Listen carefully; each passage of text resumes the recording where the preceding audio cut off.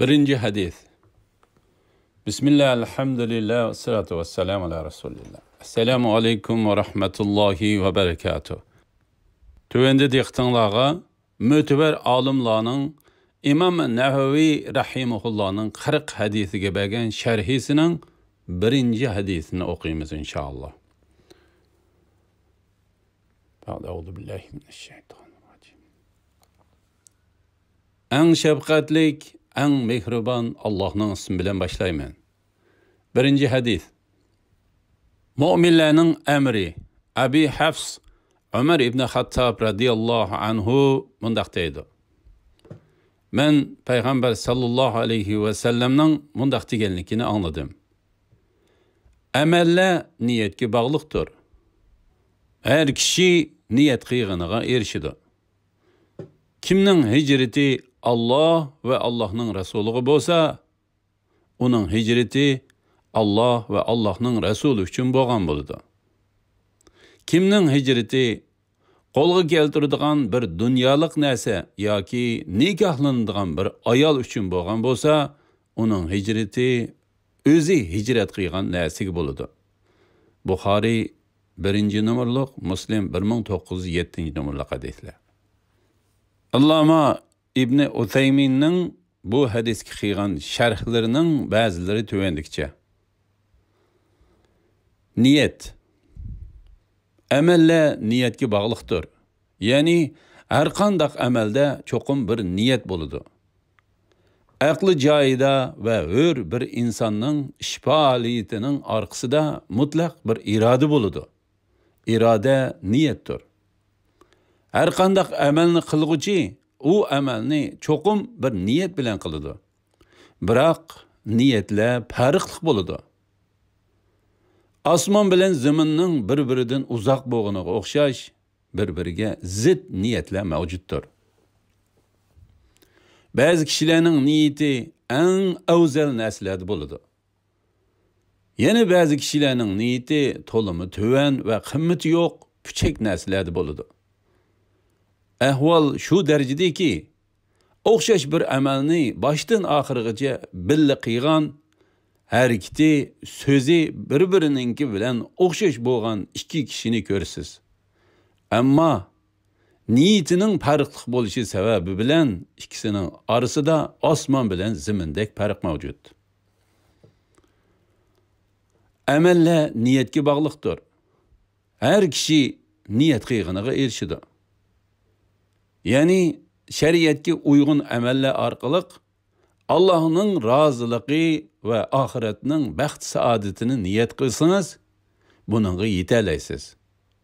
Şeriatga uygun amallarni vosita qilib turib, dunyoviy manfaatga erishishni niyat qilsangiz, buningga erisha olishingizmi, erisha olmasligingizmi mumkin. Hicret. Hicret kişinin küfür diyarından İslam diyarına köçüşüdür.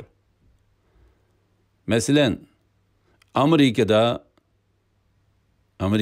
küfür diyarıdır. Yaşap Müslüman bo'lgan bir adam u yerde dinga to'liq amal qilib yashashga qodir bo'lolmasa, diniga cheklimisiz holda to'liq amal qila oladigan İslam diyariga hicret qilish kerak bo'ladi. Hicret 3 türlük bulup, ula birinci makandan hicret, ikinci emelden hicret, üçüncü yaman iş kılgıcıdan hicret qatarlıqladır. Birinci makandan hicret. Bu kişinin günahla ve küfür keng tarqalgan bir makanını terk etip, bu xil yamanlıqlar yok yerge yütkilişidir.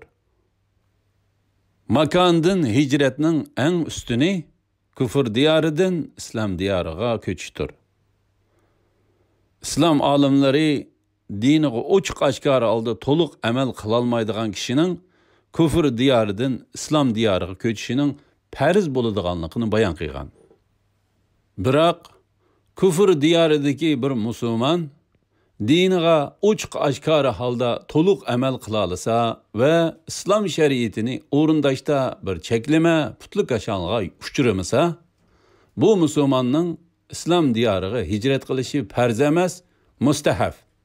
Ya'ni qilishi yaxshi, qilmasligi gunoh bo'lmaydigan amal bo'ladi. Kishining vatani kufr diyori bo'lsa va diniga ochiq oshkora cheklimisiz holda amal qila olmasa, bundaq kishiga u yerni tark etib hijrat qilishi farz bo'ladi. Ikkinchi, amaldan hijrat. Amaldan hijrat kishining Allah subhanahu va taala cheklagan gunohlik ishlarni tark etishini ko'rsatadi. Rasululloh sallallohu alayhi va sallamning bunu hadisi mushu nuqtani bayon qilib berdi. Tarjimasi: musulmonlarning uning tilining va qo'lining ziynidan xotirjam bo'lguchidir. Muhacir Allah subhanahu va taolaning cheklaganlaridan u cheklamalarni tark etish orqali hijrat qilguchidir. Buxoriy 6484, Muslim 41 nomerli hadislar. 3. Yaman ish qilguchidan hijrat. Ba'zida ma'lum bir harom ishni davomlashtirib, u amalga cho'kib ketkichidan hijrat qilish, uni tark etib, uning bilan munosabatni uzish farz bo'ladi. Ulamolar mundaq degan: ochiq-oshkor holda gunoh qiladigan kishilarning u gunohni ko'rishiga pisand qilmaydigan kishi bilan munosabatni uzish bir foyda beradigan taqdirda durustdir. Bu yerdagi foyda voz kechilgan kishining xato ishini tonib, gunohdan yenishni ko'rsatadi. Ahli sunnat va jamoaning aqidasida cho'ng kufr sirtidagi gunohlar kishini dindan chiqarib etmaydi. Sheyx Abdurrahman ibn Nasir al-Barrakning bu hadisga qilgan sharhidan ba'zilari tuvandikicha. Bu hadisdan chiqadigan hukmlar: ko'rinish jihatda bir-biriga o'xshaydigan barcha amallarni bir-biridan ayirib turadigan narsa niyatdir. Mukallaf qilgan amalidan faqatla niyat qilganiga erishadi. Qur'on sunnatga uyg'un holda faqatla Allah subhanahu va taolaning roziligi uchun biror amalni qilsa, bu amalning savobiga erishadi. Aksichi bo'lgan taqdirda o'zi niyat qilgan puchak g'oyasiga erishishimi, erisha olmasligi mumkin. Mukallaf balog'atga yetgan, aqlini yo'qotish, hurligidan mahrum qilish yoki badan sezimini yo'qotish qatorliq illatlardan xoli bo'lgan, shariatning ko'rsatmalarini o'rindishi farz bo'lgan musulmonni ko'rsatadi. İbadet maqsad qilingan amallarda Allah subhanahu va taolaning roziligini ko'zlash farz. İbadet maqsad qilingan amalini Allohdan boshqasi uchun qilish harom. Shirk diyoridan islom diyoriga hijrat qilishning shariatda belgilanganligi chiqadi. Hijratda ixlos farz. Bu hicretning Allah subhanahu va taolaga va Rasulullahning hayot chig'ida Rasulullahga bo'lishini, Rasulullah vafot bo'lgandan keyin hicretning uning diniga va sunnatiga bo'lishini ko'rsatadi. Kim ibodat hisoblanadigan ishlarda dunyolik manfaatni niyat qilib amal qilsa, amalidan faqatla Allah xohlagan taqdirda niyat qilganiga erishadi. Allah subhanahu va taolaga ixloslik bo'lmagan va Rasululloh sallallohu alayhi va sallamning sunnatiga uyg'un bo'lmagan, mushu ikki shartni hozirlamagan har qanday amal ibodat hisoblanmaydi. Allah subhanahu va taolaning dargohida maqbul bo'lmaydi. Bu hadisda dunyoning va dunyoviy arzu istaklarning arzimas narsalardan ekanligini ta'kidlagan.